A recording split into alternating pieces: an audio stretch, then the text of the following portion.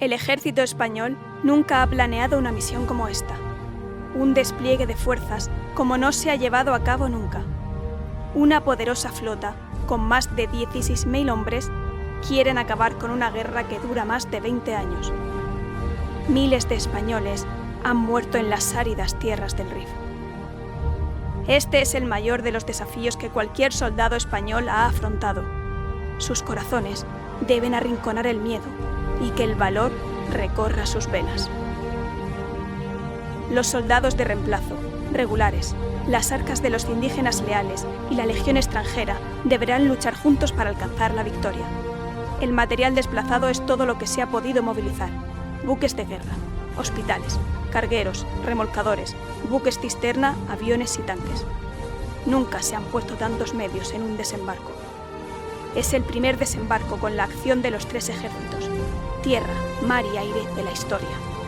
Y al frente de todo, el general Primo de Rivera. ¡Soldados! ¡Ha llegado nuestra hora! Hace 5 años muchos de nuestros compañeros murieron a manos de esos rifeños. Todos conocéis las historias de horror que sucedieron en Anual. El honor de España quedó manchado, pero hoy comenzaremos a borrar esa afrenta. Iremos hasta sus propias casas para acabar con aquellos que tanto daño nos hicieron. Recordad que una vez conquistamos todo el mundo conocido, Europa temblaba. El mismo Napoleón claudicó ante nosotros. Volveremos a hacer que el mundo hable con respeto del ejército español. Los soldados, con sus corazones ardientes y su inquebrantable determinación, han dado un paso al frente en momentos de oscuridad, desafiando adversidades inimaginables. Con cada carga, cada grito de guerra y cada lágrima derramada, forjan su legado en la tierra misma. En esta batalla tenemos a 3 soldados, cuyos nombres no aparecerán en ninguna página de historia. José María, un veterano de la Guerra del Rif, superviviente del desastre de Anual. Fernando, sargento de la Legión. Y Manuel, un joven legionario. El aire del mar huele a muerte hoy. He visto morir a compañeros en las arenas del desierto, en las áridas cumbres de los montes del Rif. Pero no creía nunca que la sangre de los soldados españoles llegaría a mezclarse con el agua del mar. Vamos, José María, no seas aguafiestas. Esto es lo que he estado esperando desde el día que me alisté. La legión, el honor, la aventura. No puedo creer que finalmente haya llegado este momento. La sangre me hierve dentro de las venas, deseosa de batalla. Lo que tenemos aquí es un deber, Manuel. La guerra no es un juego. Cada uno de nosotros tiene que estar listo para lo que le venga. No quiero perder ningún hombre. De nosotros depende que la misión sea un éxito. Recordad que un soldado nunca rehúye el combate. Y aquí estoy, un veterano del desastre de Anual, sintiendo que la historia se repite. Los ideales son bellos, pero lo que queda al final son los despojos y los recuerdos de compañeros que no regresan. Desde el Barranco del Lobo a Monte Arruit se ha vertido demasiada sangre. Esperemos que esta pelea sea la última. Pero ¿no es eso lo que nos hace fuertes, José María? Aprender del pasado. ¡Que tiemblen los hombres de Abdelkrim! Escuchadme bien. Seremos la punta de lanza.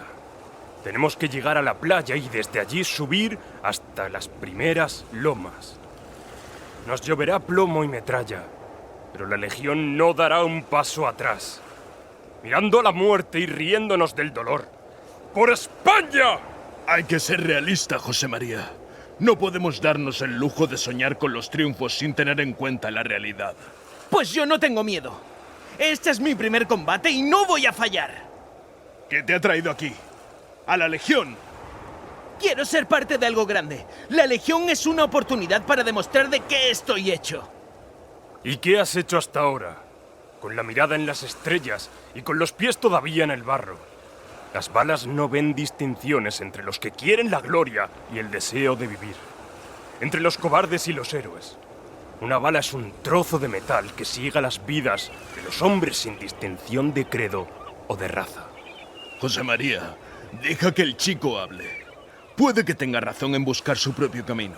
Y quizá de sus sentimientos son los que le harán fuerte en el campo de batalla. Todos debemos tener nuestras propias razones para luchar. Está bien, Manuel. Te admiro por tu valor. Pero recuerda que también hay que estar preparados para que la realidad de esta guerra no sea lo que esperabas. Hay que estar dispuesto para aguantar las calamidades de la guerra. Los gritos de los amigos moribundos, el dolor de las heridas, la sed que se te clava en la garganta y, sobre todo, el temor a perder a tus seres queridos. Este es mi momento y no voy a dejar que el miedo me paralice. Eso es lo que necesito escuchar. Confía en ti mismo. Recuerda que la unidad es nuestra mayor fuerza. ¿Sabéis lo que más me aterra? Que la guerra nos cambie en algo que no queremos ser. Es fácil convertirse en una bestia cuando se siente que no hay salida. He visto cosas terribles. Hombres perder cualquier rastro de decencia y humanidad. Y luego está lo de Monte Arruit. Un horror que me atormenta cada noche. La clave está en recordar por qué luchamos. Para mantener el ánimo en la batalla. Las barcazas se sacuden con la fuerza de las olas, y el sonido de los cañones lejanos comienza a retumbar. La tensión aumenta, y los rostros de los soldados se endurecen en una mezcla de determinación y miedo. Contarán con la fuerza de sus convicciones para enfrentar lo que se avecina, y en el fragor del combate encontrarán su verdadero valor. ¡Estamos a punto de desembarcar! ¡Ya se avista a Lucemas! ¡Entonemos el credo legionario! ¡Por la legión! ¡El espíritu del legionario! Es único y sin igual. Es de ciega y feroz acometividad, de buscar siempre acortar la distancia con el enemigo y llegar a la bayoneta. ¡El espíritu de unión y socorro! A la voz de amiga legión, sea donde sea, acudirán todos y con razón o sin ella, defenderán al legionario que pida auxilio. ¡El espíritu de la muerte! El morir en el combate es el mayor honor. No se muere más que una vez. La muerte llega sin dolor y el morir no es tan horrible como parece. Lo más horrible es vivir siendo un cobarde. ¡Atención, legionarios! ¡Preparaos para desembarcar! ¡Por España! ¡A mí la legión! Con el agua hasta el pecho, los legionarios se lanzaron hacia la playa de la Cebadilla. Bajo el fuego enemigo, los legionarios desembarcaron. Desafiando a la muerte y a pecho descubierto, comenzaron a atacar los primeros objetivos para poder establecer una cabeza de playa. El éxito de la operación dependería de esas primeras horas y del valor de un puñado de soldados. Las tropas avanzaron hasta ocupar los altos que rodean la meseta. La artillería de Abdelkrim comienza la retirada. Alhucemas hizo historia y el ejército español marcó un hito para futuras acciones.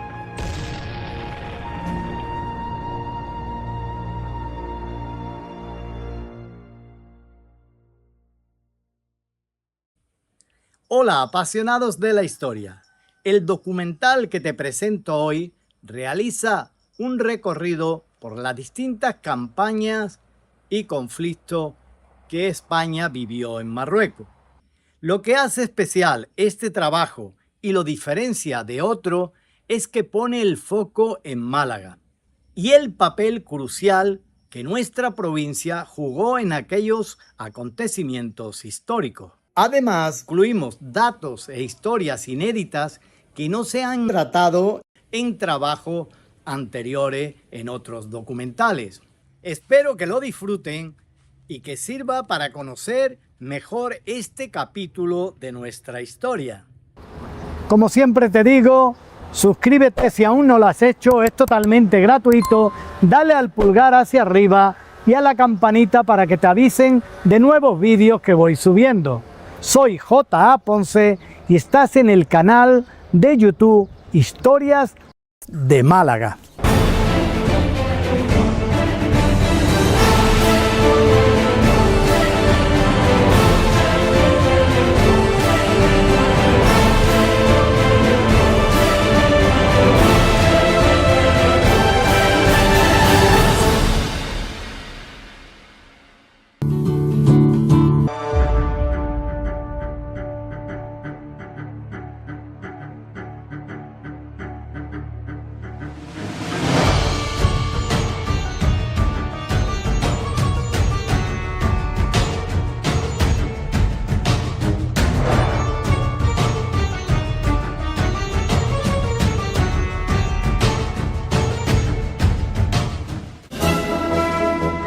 8 de septiembre de 1925, las Fuerzas Armadas españolas ejecutaron en la bahía de Alhucemas el primer desembarco aeronaval de la historia. Este hito militar es considerado por la historiografía como el punto de inflexión que precipitaría el fin de la Guerra de Marruecos. Esta intervención se enmarcaba en el contexto del imperialismo europeo decimonónico, donde España, al igual que otras potencias continentales, buscaba consolidar su influencia en territorios norteafricanos. Su presencia en la región tenía profundas raíces históricas. Melilla fue conquistada en 1497, mientras que Ceuta, tras pertenecer a Portugal, se incorporó a la soberanía española en 1640 tras la restauración portuguesa. La Primera Guerra de Marruecos de 1859 se desencadena por las incursiones de tribus rifeñas contra Ceuta y Melilla. Esta contienda, aunque concluyó en 6 meses con el Tratado de Ouad Ras, tuvo un elevado coste humano para ambos bandos. Posteriormente, en 1893, estalló la Primera Guerra del Rif, también conocida como Guerra de Margallo. Esta denominación rinde honor al general Juan García y Margallo, bisabuelo del posterior ministro de Asuntos Exteriores José Manuel García Margallo. A diferencia del conflicto anterior, esta confrontación no enfrentó al ejército español con el sultanato de Marruecos, sino específicamente con las cábilas, tribus bereberes del entorno melillense. El detonante de la contienda se produjo cuando el gobernador militar de Melilla, Juan García y Margallo, ordenó construir una fortificación en las inmediaciones de un santuario tribal venerado por las cábilas rifeñas. Este acto, percibido como profanación, quebrantó definitivamente las tensas relaciones hispano-indígenas. Como respuesta, aproximadamente 6.000 guerreros rifeños descendieron de las montañas e iniciaron el asedio de Melilla en octubre de 1893. La crisis se resolvió 6 meses después mediante el Tratado de Fez, negociado por el capitán general Arsenio Martínez Campos. Entre los combatientes españoles destacaron varios malagueños: el antequerano capitán Ariza, veterano de la Guerra de Cuba, quien organizó el cuerpo de voluntarios conocido como Guerrilla de la Muerte, cuyas tácticas de combate generaron temor entre las fuerzas rifeñas. Otro nombre a destacar es el vecino de El Borge Salvador Marín Criado, herido en una pierna. Fue reconocido por su valor excepcional con la Cruz Roja del Mérito Militar, mención honorífica en orden general y agradecimiento oficial mediante Real Orden, que destacó su brillante comportamiento en campaña. La pérdida de las últimas colonias en ultramar, Cuba, Puerto Rico y Filipinas, sumió a España en una profunda crisis identitaria. El desastre del 98 certificó el fin de su estatus como potencia imperial, herida en su orgullo nacional. Esta derrota, unida al impacto social de miles de repatriados llegando a puertos españoles en condiciones de extrema vulnerabilidad, generó en la sociedad civil una sensación de decadencia irreversible. Este desencanto amplió la brecha entre la ciudadanía, el gobierno y los círculos de poder establecidos.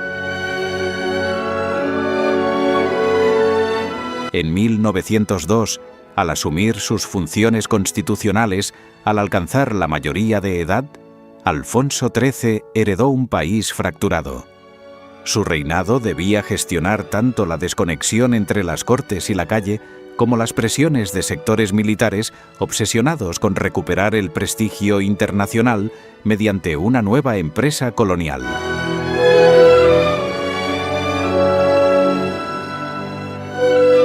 Este contexto coincidió con la pugna imperialista en el Magreb. A principios del siglo XX, mientras Francia y Reino Unido consolidaban sus imperios, la rivalidad por Marruecos enfrentó a las potencias europeas, incluyendo a Alemania. La aparente solución llegó con la Conferencia Internacional de Algeciras, 1906, que estableció un protectorado compartido. Francia recibió la zona sur, más extensa y fértil, mientras a España se le asignó la región norte, montañosa y económicamente marginal, el Rif. En el barranco del Lobo hay una fuente que emana. El conflicto conocido como Segunda Guerra del Rif o Guerra de Melilla estalló en julio de 1909 tras ataques de insurgentes rifeños a trabajadores españoles de las minas de hierro cerca de Melilla. Esta contienda quedaría marcada en la memoria colectiva española por la catastrófica derrota del Barranco del Lobo en julio de 1909. Durante una operación en el Monte Gurugú, una columna al mando del general Pintos cayó en una emboscada donde perecieron más de 200 militares. Entre las bajas figuraban 7 naturales de la comarca malagueña de la Axarquía. Las repercusiones trascendieron lo militar. El reclutamiento forzoso de reservistas, ordenado por el gobierno conservador de Antonio Maura, desencadenó la Semana Trágica de Barcelona, donde obreros y anticolonialistas protagonizaron violentas protestas contra la guerra. Los disturbios barceloneses causaron 78 muertos y 500 heridos según fuentes oficiales. La represión gubernamental y las ejecuciones generaron una condena global. La presión social y diplomática forzó la dimisión de Maura en octubre de 1909, evidenciando el profundo rechazo popular a la empresa colonial.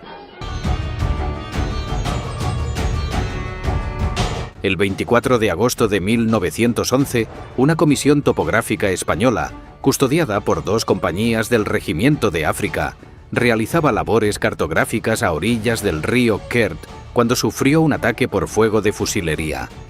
Durante la retirada, se reportó la desaparición de varios soldados. Una columna de refuerzo halló posteriormente los cadáveres de 2 de ellos, ambos decapitados. Entre las víctimas figuraba Antonio Cabra Rojo, de 23 años, jornalero natural de Nerja, Málaga. Este episodio desencadenó la campaña del Quer, una ofensiva que duraría 10 meses contra las cávilas rifeñas. El marco legal del dominio colonial se formalizó mediante el Tratado de Fez en marzo de 1912, que estableció que el sultán de Marruecos conservaba la soberanía nominal como administrador, aunque en la realidad la autoridad efectiva residía en el Alto Comisariado Español en Tetuán, organismo que controlaba las fuerzas militares, dirigía la política económica y supervisaba la administración civil. Este sistema dualista se mantuvo hasta la independencia marroquí en abril de 1956.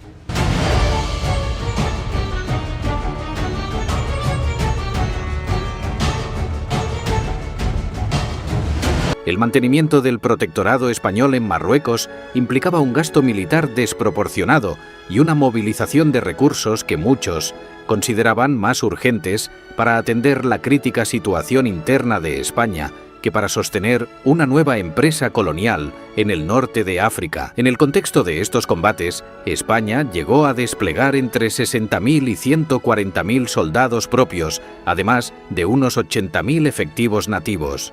Sin embargo, el esfuerzo del protectorado no se limitaba al sostenimiento de tropas. Exigía también la construcción de infraestructuras diversas, carreteras, ferrocarriles, hospitales. Las minas de hierro del Rif constituían el único negocio lucrativo en Marruecos, pero las acciones de la Compañía Española de Minas del Rif, S.A., se concentraban en manos de un reducido grupo de españoles, entre los que se encontraba el propio rey Alfonso XIII. En cambio, el peso humano de la guerra recaía sobre las clases populares. Mientras la burguesía podía eludir el servicio militar mediante el pago de una cuota, los estratos más pobres de la sociedad eran quienes alimentaban el conflicto en Marruecos, primero con un servicio obligatorio de 3 años y posteriormente reducido a 2. En 1921, el general Silvestre inició desde Melilla una ofensiva hacia Alucemas. Esta bahía era considerada el corazón del Rif y un enclave estratégico decisivo para dominar el territorio y poner fin a la prolongada guerra de Marruecos. Durante su avance de 130 kilómetros por territorio rifeño, Silvestre estableció múltiples posiciones militares que requerían ser guarnecidas por sus 18.000 soldados. Figura clave en este conflicto fue el líder rifeño Abd el-Krim. Educado en Tetuán y Melilla, había colaborado con el periódico El Telegrama del Rif. Su hermano menor, Mohamed, se formó como maestro en la Escuela Superior de Málaga, 1910 a 1912, obteniendo el título de Primera Enseñanza Elemental. Las fuerzas de las cábilas rifeñas, bajo el mando de Abd el-Krim, conquistaron progresivamente los bloqueos españoles. Estas posiciones colapsaron como un castillo de naipes ante el avance insurgente. El balance trágico ascendió a aproximadamente 13.000 soldados españoles fallecidos, incluyendo 2.500 rifeños leales y unos 500 prisioneros. Esta catástrofe conmocionó a la sociedad española. El general Fernández Silvestre pereció en combate, mientras que la ofensiva rifeña, ejecutada contra posiciones españolas mal fortificadas, peor abastecidas y dispersas en un frente de 100 kilómetros, supuso el mayor desastre militar colonial de España. Tras refugiarse en el monte Arruid, los supervivientes fueron masacrados pese a su rendición, dejando aproximadamente 3.000 cadáveres. Las fuerzas rifeñas avanzaron hasta las inmediaciones de Melilla, en lo que la historia registraría como el desastre de Anual. Entre las víctimas destacan numerosos vecinos de la comarca malagueña de la Axarquía. De los 5 soldados de Málaga integrados en el célebre Regimiento de Caballería Alcántara, perecieron un vecino de Salares y otro de Torrox. Esta unidad, que inició la campaña con 691 efectivos, quedó reducida a apenas 67 hombres tras los combates. Pocos días después caía en combate el beleño Antonio Gómez Pareja, fogonero del cañonero Lauria. En total, el desastre se cobró la vida de 30 soldados originarios de la Axarquía. Aunque todos los combatientes de Anual merecen el reconocimiento histórico, la figura del comandante Julio Benítez, natural de El Burgo, Málaga, trascendió como símbolo nacional. Su heroica defensa en la posición de Higueriben culminó tras 5 días de asedio ininterrumpido, cuando cayó ante las tropas rifeñas. De los 354 hombres bajo su mando, únicamente sobrevivió el teniente Casado y varios soldados. Málaga está llena de referencias al comandante Benítez, desde una avenida con su nombre, un campamento y hasta una estatua en su honor colocada en el parque de la ciudad. El desastre de Anual constituye un hito decisivo en la historia contemporánea de España. Sus repercusiones aceleraron la caída del régimen de Alfonso XIII, propiciaron el golpe de Estado de Primo de Rivera, 1923, y actuaron como germen de la República y el posterior estallido de la Guerra Civil. Ante la conmoción social por las noticias del protectorado, el gobierno presidido por Antonio Maura encargó al general malagueño Juan Picasso, tío del pintor Pablo Picasso, la investigación de los hechos. Su informe reveló un cuadro dantesco. Imprudencia del mando. El general Silvestre, cegado por la búsqueda de gloria militar, inició un avance temerario. Negligencia estructural. Tropas con armamento obsoleto, condiciones de vida infrahumanas y absentismo generalizado. Corrupción y descoordinación. Desvío de recursos, informes ignorados sobre movimientos enemigos y fallos críticos de los generales Berenguer y Navarro. Como resultado, se incoaron procesos contra 76 militares, 39 sometidos a consejo de guerra y otros 37 oficiales imputados directamente por Picasso. Entre los encausados se incluía al general Dámaso Berenguer, alto comisario de Marruecos, cuando ocurrieron los hechos. Esta investigación sentó las bases de la exigencia de responsabilidades políticas que marcó la década siguiente. En reconocimiento a su labor investigadora, el Ayuntamiento de Málaga otorgó al general Juan Picasso el título de Hijo Predilecto en 1922. La propuesta del alcalde Narciso Briales contó con respaldo unánime de los grupos políticos. El diploma, obra del pintor Murillo Carreras, fue expuesto al público antes de que una comisión viajara a Madrid.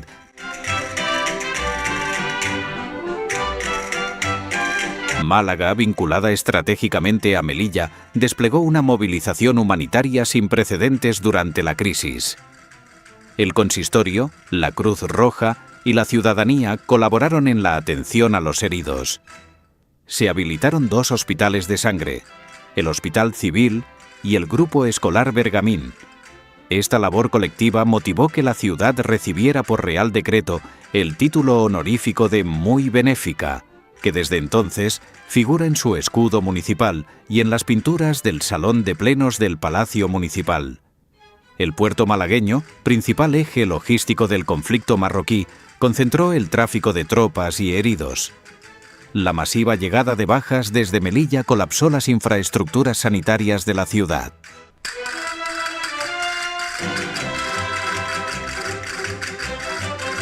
La localidad malagueña de Pizarra acogió los días 4 y 5 de febrero de 1922 una conferencia decisiva para diseñar la estrategia militar española en Marruecos.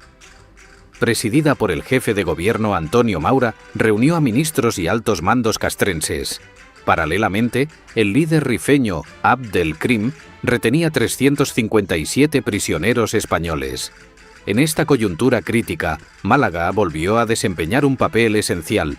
El gobierno designó como mediador al empresario republicano Horacio Echevarrieta, propietario de la finca La Concepción en Málaga, quien zarpó del puerto malagueño con 4 millones de pesetas para el rescate. Su gestión culminó con la liberación de los cautivos en enero de 1923. Para la audaz operación de rescate se destinó el buque insignia Antonio López. Curiosamente, este mismo barco tenía un pasado comercial estrechamente ligado a la provincia. El empresario de Torrox, Fernando Medina Sevilla, lo había alquilado en 3 ocasiones para surcar el Atlántico, cargado con las riquezas de la tierra malagueña: pasas, vino e higos, con rumbo a Nueva York. En agosto de 1923, Málaga se convirtió en el escenario de un violento motín. Tropas que iban a ser embarcadas a la fuerza con destino a la guerra de Marruecos se insubordinaron. El miedo a morir en un conflicto lejano fue el detonante de la revuelta. Los hechos estallaron en el momento de la embarcación en el buque Lázaro. Según los testimonios de la época, todo comenzó cuando la banda entonó la marcha real y un grupo de soldados prorrumpió en gritos subversivos. La insurrección se agravó al día siguiente. Soldados alojados en el cuartel de Segalerba se echaron a la calle en un estado de alteración extrema. En el intento de detener a los sediciosos, el suboficial José Ardoz recibió 2 disparos, uno en la frente y otro en el pecho, que le causaron la muerte instantánea. Los amotinados se dirigieron entonces hacia el cuartel de capuchinos, donde fueron interceptados por la guardia. Tras los disparos de advertencia, la turba se dispersó por los barrios de la ciudad, sembrando el pánico entre la población civil. En su huida, los revoltosos también dispararon contra el capitán de infantería García Padín, que fue salvado por unos civiles que lo refugiaron en un portal. La represión no se hizo esperar. Fueron arrestados el cabo José Sánchez Barroso, identificado como el cabecilla de la rebelión, y otros 20 soldados, autores de las agresiones. Aunque Sánchez Barroso fue condenado a muerte, el gobierno finalmente lo indultó, cerrando así uno de los capítulos más trágicos y reveladores del descontento militar de la época. La gestión política del desastre, agravada por las revelaciones del expediente Picasso, generó una creciente agitación social. La monarquía de Alfonso XIII, sumida en una crisis irreversible, fue interrumpida en septiembre de 1923 por el golpe de Estado de Miguel Primo de Rivera, cuyo objetivo prioritario fue liquidar el conflicto marroquí. El 8 de septiembre de 1925, fuerzas combinadas de España y Francia ejecutaron una operación decisiva en la Guerra del Rif, el desembarco anfibio en Alhucemas, norte de Marruecos. Esta acción, considerada el primer asalto aeronaval integrado de la historia militar, movilizó 13.000 soldados, 70 aeronaves y 88 navíos desplegados en la bahía. Fue una innovación estratégica, la primera coordinación operativa de medios aéreos, navales y terrestres entre dos naciones, el empleo táctico de aviación y armas químicas como factores clave del éxito. El objetivo principal era avanzar hacia el interior para desarticular a las fuerzas de Abd el-Krim.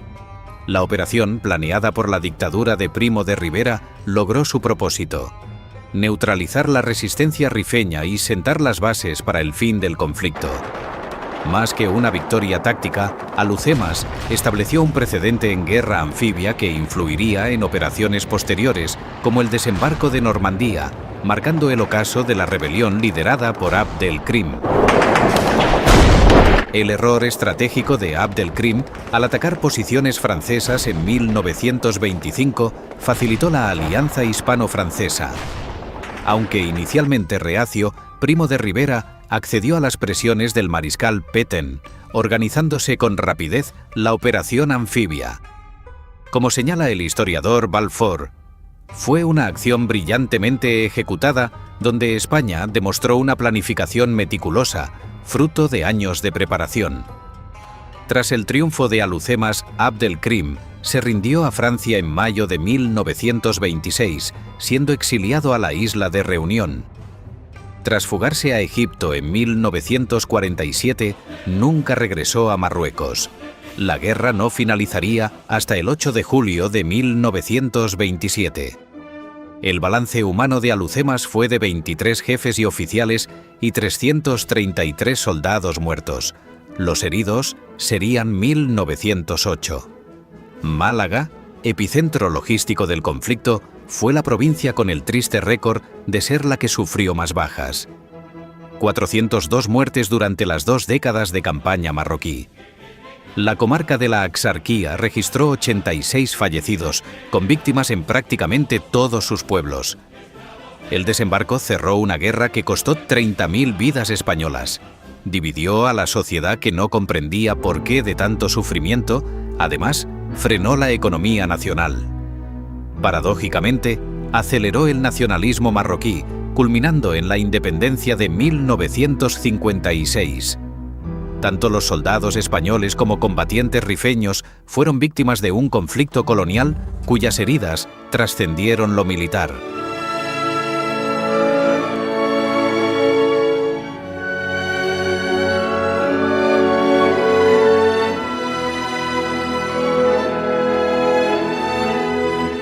¿Qué te pareció este vídeo? Déjame abajo en los comentarios una opinión tuya o una sugerencia de qué historia debemos nuevamente de tratar. Nos vemos en otro nuevo documental.